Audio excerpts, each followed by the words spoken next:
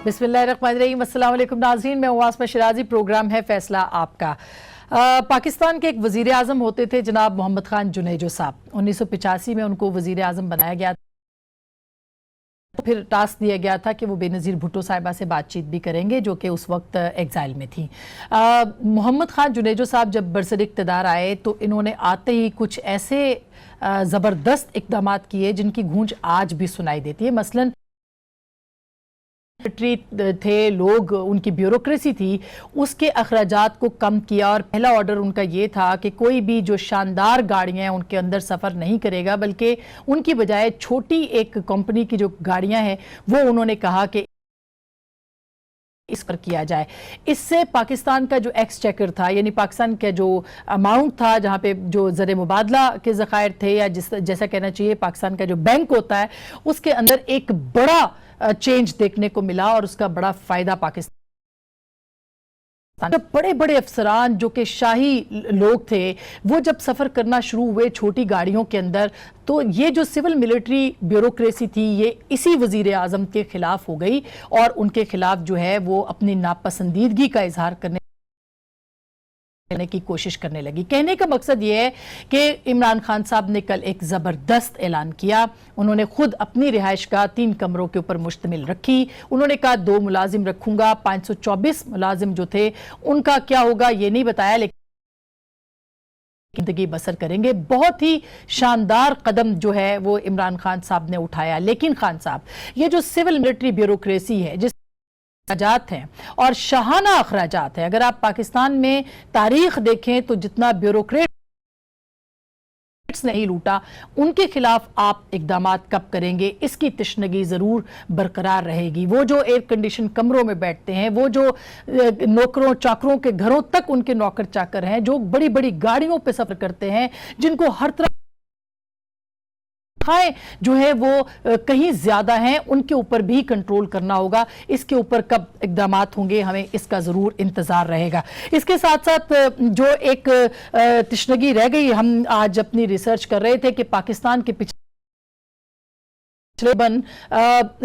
नहीं तो तकरीबन जो है वो 11 बिलियन रुपए, तकरीबन 11 बिलियन रुपए जो अब ट्रिलियंस में है, खरबों में है।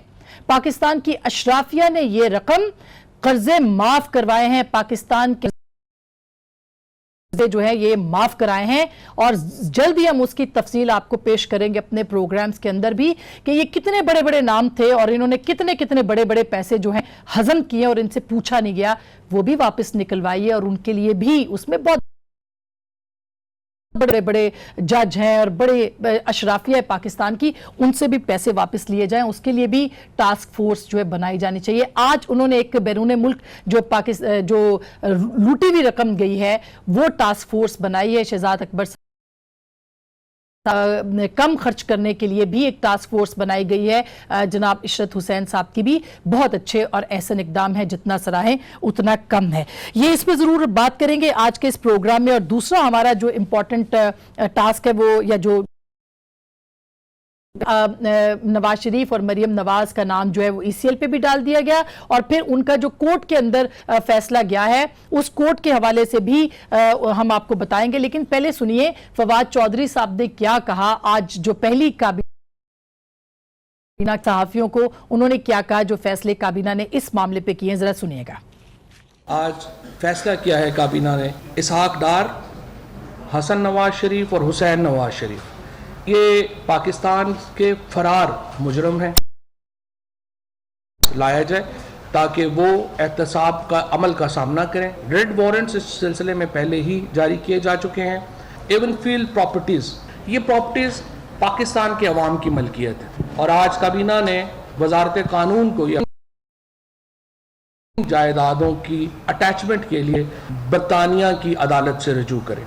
परवेज मुशर्रफ साहब के मामले के ऊपर आज काबीना में कोई डिस्कशन नहीं। बड़ी अच्छी बात है, ये सब कुछ होना चाहिए और हम बिल्कुल इसकी पुरजोर तायद करते हैं। लेकिन जनरल परवेज जरूर तंग करते रहेंगे क्योंकि उनके खिलाफ कोई फैसला नहीं हुआ और इमरान खान साहब का एहतसाब क्या सिर्फ और सिर्फ सियासतदानों तक रहेगा या इसकी पुकार वो लोग भी सुनेंगे जो कि ऐवान इक़्तिदार में रहे, 2 बार आइन तोड़ते रहे, पे भी बात करेंगे। फिर आज जो बरीयत की दरखास्त थी, सजा मुअत्तली की दरखास्त, वो भी उसके ऊपर फैसला मुअख्खर हुआ है, उसको अपीलों के साथ मुंसलिक किया गया है जो कि सितंबर में सुनी जाएंगी। मरियम नवाज और नवाज शरीफ साहब की उसमें जो मुकालमा कहा गया है कि जो सबूत हैं उसके हवाले से बहुत सारे सवाल जो ट्रायल कोर्ट में हुआ उसके ऊपर बताने की बात की है। क्या ट्रायल कोर्ट को सिर्फ सजा को स्टैंप करना था, आप सजा मुअत्तली तक रहें, ये मुकालमा था और हमें करेंगे इसके ऊपर। ये भी आज जस्टिस मियां गुल हसन औरंगजेब साहब और अतर मनिल्ला साहब की जो अदालत थी उसने ये बात कही और ये भी कहा कि दिफा का केस है, जरूरी अवामिल की तफ्तीश नहीं की गई। आज नवाज शरीफ साहब को जीजिया इन सारे मामला पे बात करेंगे। राजा आमिर अब्बास साहब हमारे साथ हैं, नैब प्रोसिक्यूटर रहे हैं, जनरल रहे हैं, बहुत बहुत शुक्रिया। हमारे साथ मौजूद होंगे मलिक अहमद खान साहब, पाकिस्तान मुस्लिम लीग नवाज से उनका ताल्लुक है, बहुत बहुत शुक्रिया मलिक साहब। हमारे साथ मोहतरमा नाज बलोच साहिबा भी कराची से, और अली मोहम्मद खान साहब पाकिस्तान तहरीक इंसाफ के जाने माने नाम है, अब हुकूमत में हैं, उनसे भी बात करेंगे, स्काइप पे में ज्वाइन कर रहे हैं। सबसे पहले राजा साहब आपसे शुरू किए देती हूँ कि एक तो ये जो फैसले हुए, खान साहब की तकरीर बहुत मोहब्बत से सब लोगों ने सुनी है, क्या अमल दरामद जुनेजो साहब वाला ही हाल होगा, खुदा न खास्ता? असल में ये जो खान साहब की तकरीर थी, ये तकरीर कम और एक कमिटमेंट ज्यादा थी। ये उस चीज से उनकी कमिटमेंट थी कि जो 22 साल का वो एक स्ट्रगल करते आ रहे हैं, ये उन्होंने अपनी कमिटमेंट का इजहार किया कि ये अगर हुईंगी तो इस मुल्क में तरक्की हो सकती है, तब्दीली आ सकती है। अब ये it's a very uphill task, ये कोई सिंपल टास्क नहीं है। और मैं समझता हूं कि क्योंकि खान साहब एक रवायती पॉलिटिशियन भी नहीं है, एक रवायती लीडर भी नहीं है, तो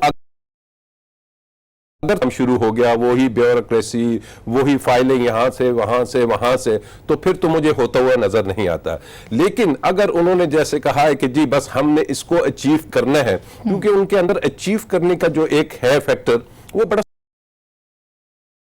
और वो रिजल्ट ओरिएंटेड चीजें मांगते हैं। तो अगर वो इसको अपने जो रवायती अंदाज है उससे हटके और एक वॉर लाइक फुटिंग पे करेंगे, तो ये कोई चीजें ऐसी नहीं कि जो ना हो सके। क्योंकि आपने कहा ना कि ब्यूरोक्रेसी के वो शाहाना खर्च, मुझे 40 कनाल पे घर है, लाहौर में इसी तरीके से, पाकिस्तान में आप देख लें DPOs DIGs के जहां भी किसी भी डिस्ट्रिक्ट में देखें घर, उनके खर्चे अखराजात, इनको कम करने का जो बेहतरीन तरीका था वो यही था कि उन्होंने अपने से शुरू किया। और ये मैसेज है, ये एक तरह का मैसेज उन्होंने दिया है कि ये ट्रैवल करेगा नीचे। और ये ट्रैवल कैसे करेगा? क्योंकि मुझे लग रहा है कि खान साहब हर चीज पे खुद नजर रखेंगे। अच्छा, ये एक इंपॉर्टेंट बात है, लेकिन मलिक अहमद खान साहब, आपको क्या लगता है सर कि ये बड़े लोगों के खर्चे हैं और ब्यूरोक्रेट्स के और बाकी, इसके ऊपर अमल दरामद हो सकेगा? क्योंकि जुनेजो साहब का मैंने आपको बताया कि उनके खिलाफ नापसंदगी दीदगी बल्कि उनके काम के अंदर रुकावटें जो है वो डाली जानी शुरू हो गई। ये सिर्फ पॉपुलर फैसले हैं, ये अभी कैसी थी ये भी बताइए। शुक्रिया। इसमें देखिए, मैं मतलब ऑनेस्टली जो ऑस्टेरिटी की ड्राइव है, इससे तो कोई भी पाकिस्तानी इसे पीछे नहीं हट सकता और उसमें और ये आने वाला वक्त तयन करेगा कि अगर प्राइम मिनिस्टर जो भी इलेक्ट हुए हैं, हमारे तहफ़्फ़ुज़ात हैं, हम बार बार कह चुके कि हम rather than being elect select prime minister हैं, but still he is the prime minister, और वो हैं, आज सिस्टम है, हकीकत है।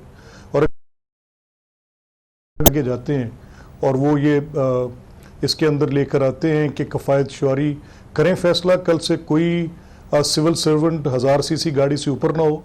मोहम्मद खान जुनेजो की प्रेसिडेंट है, वो ले लें। कोई मिनिस्टर 1300 सीसी गाड़ी, जनरल्स हैं ये भी सारे 1300 सीसी गाड़ियों पे हैं, तो फिर तो मानेंगे। ये नोटिफिकेशन आज की काबीना की मीटिंग के बाद पहली ब्रीफिंग यही होनी चाहिए थी, बिकॉज उनका ऑस्टेरिटी की ड्राइव पर सबसे ज्यादा फोकस था। बाकी स्पीच जो उन्होंने की, उस स्पीच में उनकी पूरी कैंपेन, पूरी उनकी पॉलिटिकल स्ट्रगल जो है वो उन चीज़ों के ऊपर इमारत उसकी खड़ी थी, उन सबको उन्होंने रीइटरेट किया है। अब ये जब उसको डिमॉन्स्ट्रेट करेंगे तो फिर पता चलेगा कि वो जैसे भी आमिर ने कहा क्या फिर, और अगर वो ये सारी चीज़ें पूरी करते हैं जो उन्होंने कहा है, तो ये वक्त तयन करेगा कि वो क्या कहते हैं। लेकिन हमारे उसमें कुछ बड़े सीरियस कंसर्न्स हैं कि जो वो कह के जा रहे हैं। अच्छा, अब देखें स्टंटिंग पर जो वो बात, जो स्टंटिंग पे वो बात बाकी जो मतलब honestly speaking I couldn't figure out इस पेपर जो उन्होंने दिया सामने कि ये प्रॉपर ग्रोथ है on a medical point of view. अब ये शायद किसी एक एनजीओ की तरफ से प्लेस्ड पेपर था जो उन्होंने उठा के रख दिया। अब उसकी रेलेवेंस किसी आप मेडिकल ही नहीं, जैसे खान साहब ने कह दी। अच्छा। और फिर जब वो कह के जी मेरिटोक्रेसी देखेंगे तो अगर ये मेरिट उनकी जो nomination of the chief minister Punjab है और खालिद बिन वलीद की मिसाल दे के कि वो पहले गज़ों में थे और बाद में उसको सिपहसालार बना दिया मेरिटोक्रेसी, तो why Ali Mohammad Khan is not in the cabinet. वो सारे 14 लोग जो किसी ना किसी सूरत में एक एक बंदे के हम वाकिफ हैं जिसके ऊपर करप्शन के एलिगेशंस नहीं है, जितनी सारी 14 कैबिनेट है। क्या गुनाह अली मोहम्मद का जो 20 साल से स्ट्रगल करता साथ आ रहा है, ये होता तो मेरिट होता, मानते बिल्कुल। देखिए बुनियादी सवाल है मलिक अहमद खान साहब, लेकिन उनकी तकरीर लोगों ने जिस जज्बाती नौइयत के जज्बात के साथ सुनी है, जाहिर है कि वो इस पर अमल दरामद भी कराएंगे। लेकिन खान साहब ये सवाल जो कि मलिक साहब ने उठाए हैं, ये सब उनको ब्यूरोक्रेसी के ऊपर भी इम्प्लीमेंटेशन नहीं करनी, फिर वो उनके जो फैसले हैं खुद अपने उसके ऊपर के मतलब जनरल मुशर्रफ का नाम उन्होंने गायब कर दिया है। एहतसाब सिर्फ जो है वो सिर्फ और सिर्फ सियासतदानों का होगा, वो किसी जर्नैल और ब्यूरोक्रेट का इंसाफ नहीं के फैसले हैं जो कि खान साहब ने किए हैं, आपके ख्याल में? बिस्मिल्लाहिर्रहमानिर्रहीम, अल्लाहुम्मा सल्लि व सल्लिम मुबारक अला सय्यिदिना मुहम्मद रसूलुल्लाह सल्लल्लाहु अलैहि वसल्लम। बहुत शुक्रिया।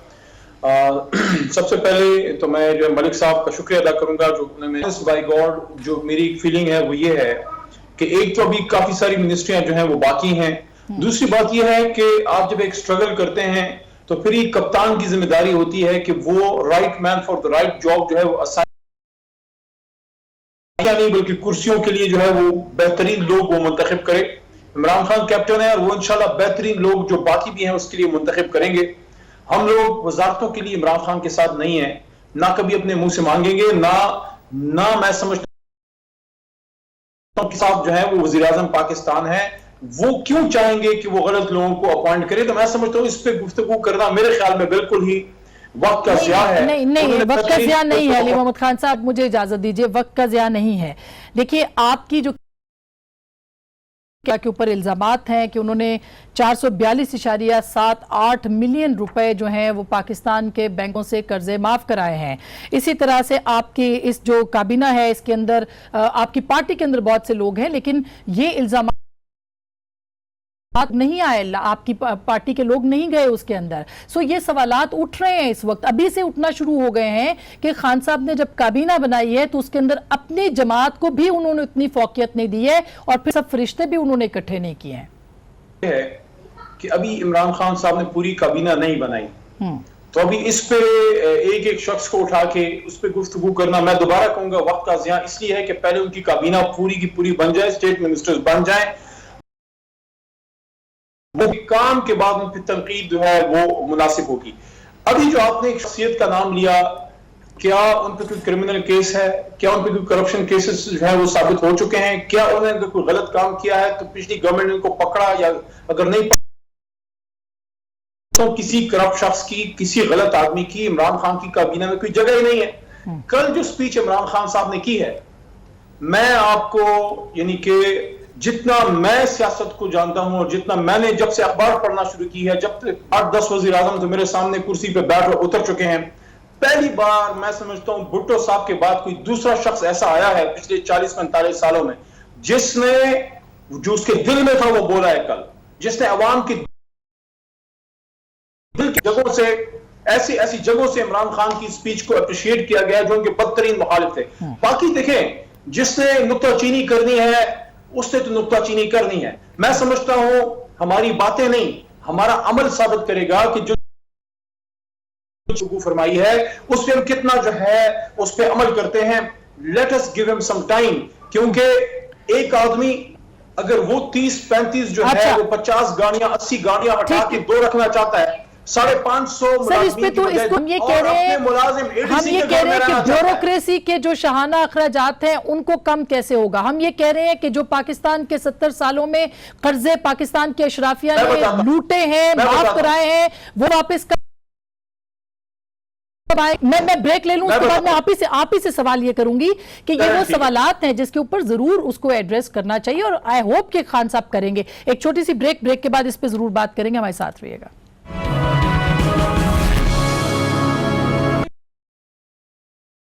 कि मैंने ब्रेक से पहले अली मोहम्मद खान साहब से कहा था कि आप इसे शुरू करूंगी, लेकिन आपकी इजाज़त से खान साहब मैं ये राजा साहब के पास दोबारा वापस आऊंगी, क्योंकि ये जो मामला है कर्जे माफ इजाजत नहीं है आपकी इजाजत दे दे इजाजत, आप हुकूमत में आपको थोड़ा सा ज्यादा जेनरस होना पड़ेगा, आप ज्यादा तनकीद बर्दाश्त करनी पड़ेगी, ज्यादा आपको मेरा पता है, मेरे को आपको एक पॉइंट पे लड़ना पड़ेगा। शॉर्ट बात करें। जी करें। देखिए, पाकिस्तान का वजीर आजम कहता है भूल जाए कि वो किस जमात से है और भूल जाए कि मैं किस जमात से हूं। पाकिस्तान का एक वजीर आजम है जिसने कल स्पीच में कहा है कि मैं 30-40 गाड़ियों के बजाय 2 रखूंगा, और जो उसका एडीसी है, जो उसका मुलाजिम है बेसिकली, जो उसके लिए ही हैज टू सर्व हिम, उसके घर में जो 3 बेडरूम का घर, क्या किसी के ख्वाबो ख्याल में था कि कोई ऐसा आदमी भी आएगा यहां पे? तो ऐसे वजीर आजम आए हैं कि मैं आपको नाम और जगह बता सकता हूं कि सवाद मालम जब हमें सुबह के नाश्ते के लिए लाहौर से सिरी पाए जो है वो हेलीकॉप्टर पे जाए। इमरान खान ने कल अगर बात की है इस कौम के बच्चों को, मैं ही समझता हूं एक फादर फिगर की तरह, अच्छी बात है, लेकिन अच्छा नहीं, लेकिन खान साहब बहुत अच्छी बात है। अब जरा एहतसाब पे आ जाते हैं, क्योंकि इसके ऊपर भी मैंने आपको मोहम्मद खान जुनेजो साहब की भी एग्जांपल दी। पास्ट में अपने घर पे रहते थे, लेकिन मैं उस पे नहीं जाती, छोड़ दे उस बात को। बहुत अच्छा खान साहब को मैं जाती तौर पर उनकी तारीफ करी हूं कि बहुत अच्छी स्पीच भी थी और बहुत अच्छे इक़दाम। लेकिन क्या एहतसाब जो है, आप जरा बता दें इसके ऊपर। अब मैं अर्ज करना चाहता हूं इस पे। देखें, इमरान खान साहब ने आपको अपनी पहली जो विक्ट्री स्पीच थी, फिर असेंबली की स्पीच, और कल फिर ये कहा है कि एहतसाब पे कोई कॉम्प्रोमाइज नहीं होगा और सबका एहतसाब तो हम क्यों किसी की जनरल मुशर्रफ का एहतसाब होगा, यानी जनरल मुशर्रफ का एहतसाब होगा, एहतसाब होना चाहिए। There are no holy cows, बात खत्म। देखें, होना चाहिए नहीं सर, आज उन्होंने काबीना के फैसले में जिक्र भी नहीं किया। आप फवाद चौधरी साहब की बात हमने सुना, उन्होंने कहा कोई जिक्र नहीं हुआ जनरल मुशर्रफ का। सर उन्होंने कहा कोई जिक्र नहीं हुआ, होना नहीं सबका होगा जब उन्होंने ये कहा है। ये आपके ये जुमले ऑन रिकॉर्ड हुए सर, आपके ये जुमले ऑन रिकॉर्ड हुए राजा साहब। एहतसाब कि मैं नैब को स्ट्रांग करूंगा, मैं नैब को मजबूत करूंगा। बाकी जो सुप्रीम कोर्ट का दे सकते, जहां इंतजामिया का काम होगा, मुकन्नना का काम होगा, हम आपको इंशाल्लाह कोई जो है इंशाल्लाह सर। अच्छा, ये जो हम बात कर रहे थे कि जो सारे अब मामलात हुए हैं, फॉर एग्जांपल एहतसाब का भी वारंट निकाला है, मुमकिन है उनको पाकिस्तान में लाना, और एवन फील्ड वाला भी खास करके? देखिए, मुमकिन तो है। मुमकिन इस तरह है कि ये जो काम होते हैं ये आसमा स्टेट टू स्टेट बेसिस पे होते हैं। पहले इसलिए नहीं हो पा रहे थे कि अगर नैब के 2 बंद कोई एजेंसी इस तरीके से आए, लेकिन जब आपकी स्टेट उनकी स्टेट से रिक्वेस्ट करेगी तो जो म्यूचुअल लीगल असिस्टेंस है उसमें ये लिखा हुआ है कि ऑल्दो हमारी ट्रीटी नहीं है यूके के साथ, लेकिन एडहॉक के तौर पे एडहॉक ट्रीटीज वो कहलाती हैं, फॉर सकती हैं, वहां के कोर्ट से रुजू किया जा सकता है, उन्हें वापस लाया जा सकता है। इसके लिए भी कानून साजी की जरूरत नहीं, है। कानून एक्सट्रेडिशन ट्रीटी नहीं है, लेकिन एक और है, वहां के कानून में है कि even for countries we do not have any extradition treaties, वो उसके तहत उनको लाया जा सकता है, ये पॉसिबिलिटी है। और नंबर 2 जो उनको लाना है वो आपने लाना है कि इंटरपोल के जरिए, इंटरपोल के जरिए। इसहाक डार तो पाकिस्तानी है, पाकिस्तानी सिटीजन को लाना इंटरपोल के जरिए कोई मुश्किल काम नहीं है, but you have to have a good लेंगे लाना चाहिए। मलिक साहब, आप क्या कहते हैं एवन फील्ड के ऊपर, खास करके कि अपार्टमेंट्स जो हैं ये पाकिस्तान के उसमें जाना चाहिए, क्यों नहीं आने चाहिए पाकिस्तान के? उनकी अमाउंट जो है पाकिस्तान के बैंक के अंदर, पाकिस्तान के पास क्यों नहीं आनी चाहिए? पोजीशन है। मैं अब पुरानी बहस खोलकर आपका वक्त ज़ाया नहीं करना चाहता। मुझे तो ये फॉर श्योर पता है, मैंने ये प्रैक्टिस की है, मुझे इस चीज़ का ऐसे पता है जैसे ABC कि ये जो म्यूचुअल लीगल असिस्टेंस है, आपको एक ऐसा ऑर्डर जो है वो दरकार होगा जो इस्टेब्लिश करे कि ये इल गॉटन, ये करप्शन का पैसा है। अब जो जजमेंट आमिर बेहतर बता सकते हैं, वो जो जजमेंट है जो नैब कोर्ट की है, और ये विदाउट कि अगर ये जजमेंट ये रिफ्लेक्ट करती है कि ये इवन फील्ड्स की प्रॉपर्टी किसी फलाने केस की किकबैक से ली गई है या फलाने से ली गई है, तो then that there might be a case for that कि आप म्यूचुअल लीगल असिस्टेंस के लिए लेकर चले जाएं। की जजमेंट है वो ये लिखती है कि करप्शन बाहर सूरत साबित नहीं हुई, लेकिन ये कोई ट्रेल नहीं दे सके, तो इस ब्लीक सॉर्ट ऑफ ऑर्डर के ऊपर आप जाकर म्यूचुअल लीगल असिस्टेंस मांगने जाएंगे। तो फिर जो दूसरी एक्स्ट्राडिशन की ट्रीटी की बात कर, पाकिस्तान अगर सिग्नेटरी ना होता कि उन करप्ट प्रैक्टिसेस की बुनियाद पर अगर कहीं बाहर किसी ने कोई प्रॉपर्टीज अपनी बनाई हुई हैं और म्यूचुअल लीगल असिस्टेंस के लिए सिग्नेटरी 146 कंट्रीज, वो यूनाइटेड नेशंस की एक करारदाद के ऊपर सारी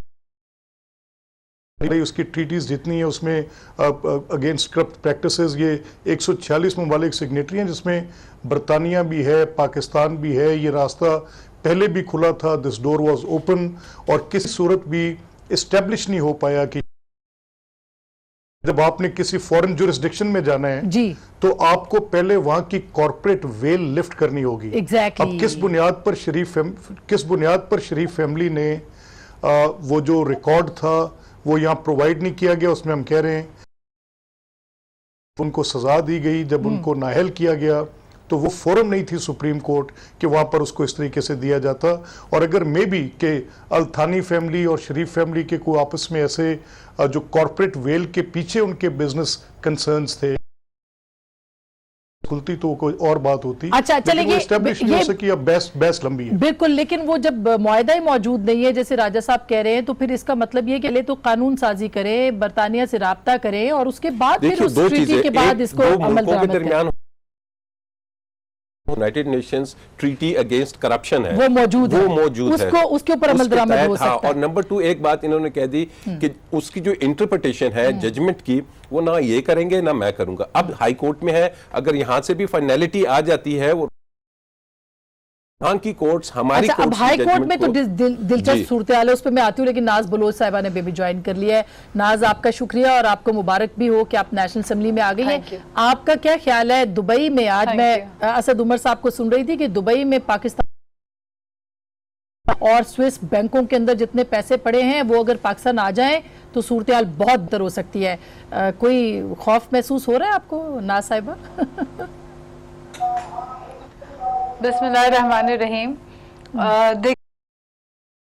चाहिए जिन्होंने कोई ऐसी चीज की हो, मैं समझती हूँ कि अगर आप पीपल्स पार्टी की बात कर रहे हैं तो पीपल्स पार्टी ने हमेशा झूठे और इस किस्म के मनगढ़ंत मुकदमों का फैसला किया है, सामना किया है। 20 साल के केसेस चलते रहे और हर दौर में चलते रहे। लेकिन आप ये जो असद उमर साहब की बात कर रहे हैं, मैं समझती हूँ कि ये एक जनरलाइज्ड स्टेटमेंट जिस किस्म की उन्होंने दी है, हम तो चाहते हैं कि पैसा मुल्क में वापस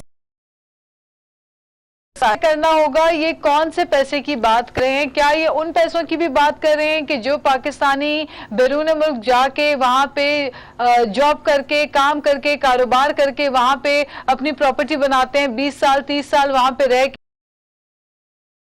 कर रहे हैं, तो दैट्स अ सेपरेट थिंग। लेकिन जो मनी लॉन्ड्रिंग की बात कर रहे हैं कि जो पैसा यहां से बैरून मुल्क मुंतकिल हुआ और जो जिनकी मनी ट्रेल नहीं है और इस किस्म की जो चीजें हैं जिनके फुटप्रिंट्स जो है वो मौजूद नहीं है उन चीजों के, तो बहरहाल वो बह जाए मुल्क के अंदर। लेकिन उसके लिए कोई रोड मैप होना चाहिए, कोई तरीकेकार वजह होना चाहिए।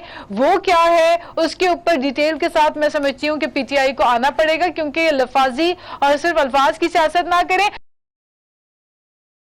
तो फिर जो है बरतानिया तक की भी बात जाएगी, जहां पे हाइड पार्क के करीब जो बड़े बड़े महलात हैं वो कब बने, कैसे बने, पैसा कैसे गया, सारी बातें होंगी, सबकी बात होगी। फिर विच हंटिंग नहीं होगी किसी एक बात है। बिल्कुल, फिर विच हंटिंग नहीं होगी, फिर ये कि पसंद का एहतसाब नहीं होगा, पसंद का इंसाफ नहीं होगा, ऐसा बिल्कुल नहीं होगा। और जाहिर है कि खान साहब कमिटमेंट वाले आदमी है, चैलेंजेस भी लेते हैं। देखते हैं कि चैलेंजेस किस हद तक वो ले सकते हैं और किस हद तक जो बाकी इदारों। ब्रेक के बाद हम जरूर बात करेंगे जो आज मौखर हुआ फैसला, नवाज शरीफ साहब की सजा पे मुअत्तली जो चैलेंज हुई थी या बरीयत जो थी उसके ऊपर बात करेंगे। ब्रेक बाद हमारे साथ रहिएगा। कहते हैं राज साहब, आज एक अहम केस था, ऐसे लग रहा था प्रोसीडिंग से शायद मियां साहब की, मरियम नवाज की और कैप्टन सफदर की बेल हो जाएगी, उनकी सजा पे मुअत्तली उसको कहते हैं, वो बरीयत जो है वो सस्पेंशन। आप क्या समझते हैं, नहीं हो सकी, वजूहात क्या है? देखिए, एक तो पिछले मैं देख रहा हूं कि काफ़ी, मेरा भी एक तजर्बा है, बहुत सैकड़ों ऐसे केसेस किए जो सस्पेंशन की होती है एप्लीकेशन, वो इतनी डिटेल में, इतनी माइन्यूटली उन्होंने करनी होती है कि आया हम इस जजमेंट में इतने फ्लॉज हैं कि हम इसको सस्पेंड कर दें। ये अब इतने डिटेल्स में चले गए और नैब से क्वेश्चंस काफ़ी हुए हैं, जिसके मैं समझता हूं कि वो कोई मुश्किल सवाल आप नहीं थे, लेकिन वो जवाब देने में सुस्ती, उन्होंने मुकदमा तवालत इख्तियार कर गया। मे भी शायद वो ये चाहते हों कि इसको थोड़ा सा और लंबा करें और ईद के बाद चला जाइए, अदरवाइज सस्पेंशन की हद तक। लेकिन बात फिर वही आती है कि मेरिट्स पे। अब मुझे ऐसे लगता है कि बेंच ये कह दे कि जी हम आपकी पूरी अपील ही सुन लेते हैं, ये आपका केस सस्पेंशन में भी उतना लंबा चला गया है, अपील सुन लेते हैं, हम फैसला कर देते हैं कि आया नीचे का फैसला सही था, अगर सही था तो सजा बरकरार रहेगी, अगर नीचे के फैसले तो सजा खत्म हो जाएगी, आपका इक्विटल हो जाएगा। तो इस पे उन्हें खुश होना चाहिए कि चले ठीक है, लोगों की 6-6 साल से अपीलें पड़ी हुई हैं, अगर कोर्ट उन्हें ये लिवरेज दे रहा है कि आपकी हम अपील मुकम्मल तौर पे सुन लेते हैं, तो आंखें बंद करें और अगर वो कहते हैं केस नहीं। अब आप क्या, आप बिल्कुल भाई साहब सही कह रहे हैं, मतलब इस खैर एक तो वो कह रहे हैं जमानत हो जाना कोई मुश्किल नहीं था, लेकिन नहीं हुई, और फिर उन्होंने अपीलों के साथ जोड़ दी कि आप अपील कर दें, उसको सुन लें। एक आप खुद भी एक लॉयर हैं, 1 साल की सजा कैप्टन सफदर की है, तो आपको क्या लगता है क्या हो रहा है? देखिए, इसमें बस बेल, मेरा मेरी इसमें बड़ी क्लियर पोजीशन है कि जब सस्पेंशन ऑफ सेंटेंस के लिए आप जाते हैं तो बेल, सस्पेंशन ऑफ सेंटेंस के साथ बेल आपको ग्रांट हो जाती है, और फिर अपील अगर साल में चले या 4 महीने में चले या 2 साल में चले, जैसे आमिर अब्बास साहब ने कहा। लेकिन इसमें मेरे कुछ राइट्स इन्वॉल्व थे जो डिले की सूरत में शिकवा है कि ये बार सूरत। देखिए, सस्पेंशन ऑफ सेंटेंस में नॉर्मल प्रोसीडिंग्स ये होती हैं कि अगर आप सस्पेंशन ऑफ सेंटेंस के लिए चले गए हैं, एडमिट हो गई है, और फिर अगर उसमें जज साहिबान ये समझ रहे हैं टेंटेटिवली असेस कर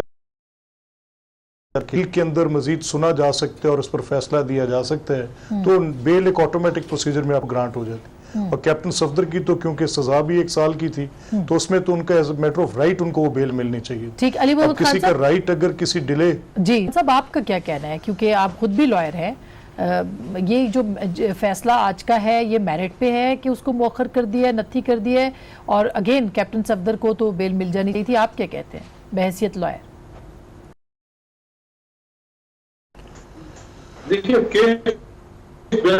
सब जुडिस जो है ये ऐसा है कि बावजूद सुप्रीम कोर्ट के डायरेक्शंस के ये डिस्कस हुआ है मीडिया पे और एक्सटेंसिवली हुआ है। ये जो अभी मौजूदा इस स्टेज पे ये केस पहुंचा है कि यहाँ पे मियां साहब जो है वो और मरियम बीबी और जो कैप्टन साहब हैं सफदर साहब, ये दे आर नॉट ऑर्डिनरी जो भी आपका मुलजिम होता है, इस लिहाज से कि नॉर्मली आप एक केस होता है जिस प्रूवन गिल्टी, लेकिन यहाँ पे इशू ये है कि एक रेफरेंस का फैसला हो चुका है जिसमें ये गिल्टी है, बाकियों का होना है, तो एक लिहाज से ये मुजरिम है और बाकी 2 रेफरेंसेस के लिहाज से ये जो है ये मुलजिम है। तो वो जो राइट मुलजिम का होता है ऑलरेडी ये सजा याफ्ता हैं एक केस में। एक बात, दूसरी बात ये है कि मैं ये समझता हूं कि बिल्कुल मैं मलिक साहब की इस बात से एग्री करता हूं कि जब तक आपका केस चल रहा होता है बेल जो है आपका एक राइट होती है, लेकिन